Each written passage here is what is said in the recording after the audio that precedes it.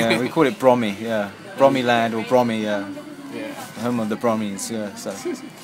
So basically, I've been an immigrant in the UK. You're an immigrant in the UK. Yes, and things didn't go very well in Ivory Coast. And I've put an asylum claim to be a refugee in the UK. Right. And I've asked the government to take me as such, to accept me as such, so that they can grant me leave to remain in the country. And there was, and yes, so the government have accept my claim. They've accepted the claim I'm making. So now they're studying my claim. So while my claim is being reviewed, I was told that there was no place in London for me to be housed at. Wow. So I've had to give up a job, I've had to give up the church, I've had to give up friends, I've got to give up everything that tied me in London and relocate to whatever place they would send me to. And funny enough, I was given the choice where I should go next. And so the officer came to me and said, "Oh, Daniel, you have two choices, and normally we don't give these choices. So we're making you a favor here. Wow. Where do you want to go? Is that going to be Liverpool or Birmingham?" Wow. So because I have a cousin that lives not far from here, and I know that Birmingham is closer to London. I've agreed to come to Birmingham. So that's how I've ended up in Birmingham. Yeah. Wow. Yes. So what is the situation in the Ivory Coast? What made you claim for the refugee status? Yeah, I think right now in Ivory Coast, the political situation is very bad. People are being abused.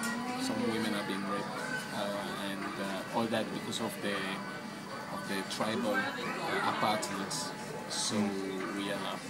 So because my mothers happen to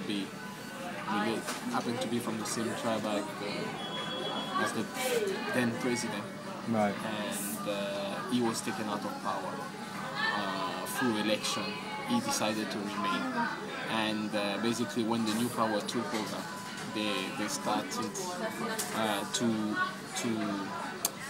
they engaged into a revenge against anyone that supported the then president.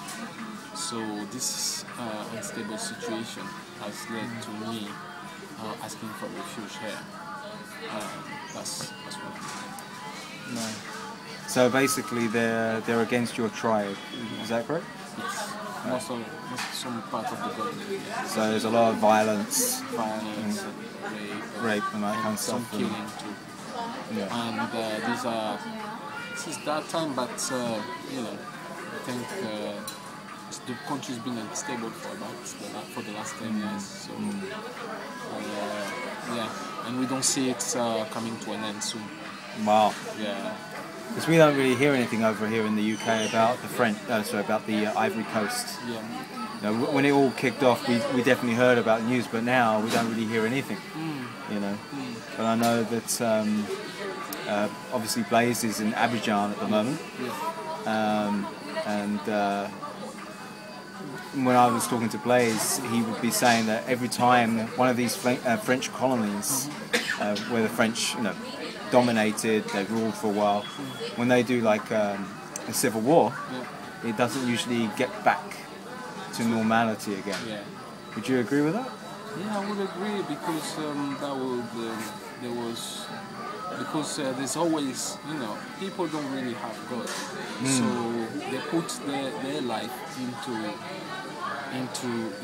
politics, and they trust wholeheartedly that the politician will make their life better.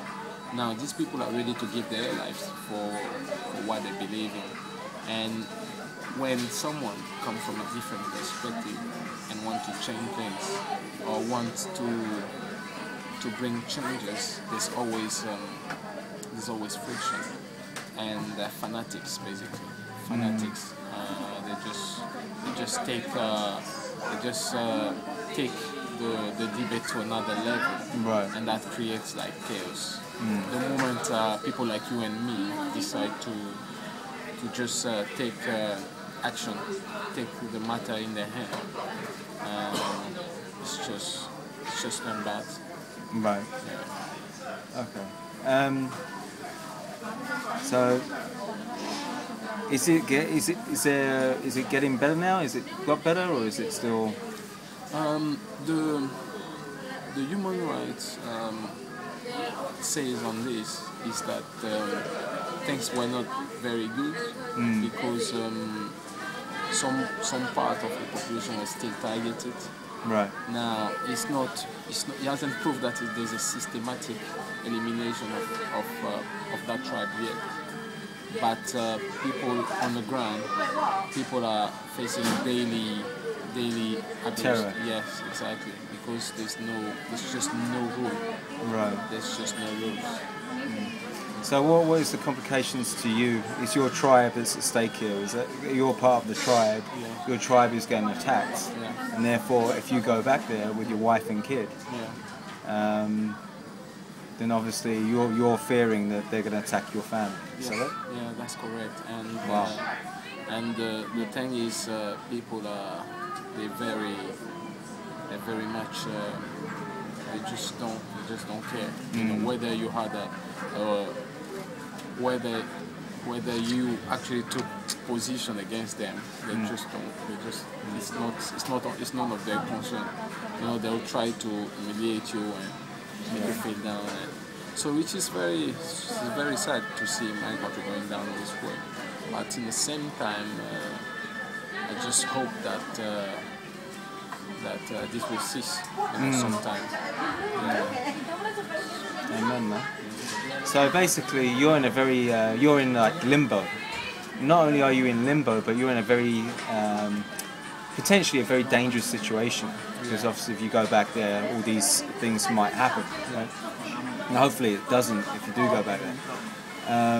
But obviously for a Christian, you're facing one of the biggest challenges to your Christian faith. Yeah. So how is that affecting you as a Christian? That's a big one. I think it's been very difficult. It's been very difficult. I've been in a spiritual wilderness for a long time, trying to see how God will take me out of it. But I think I can never enough thank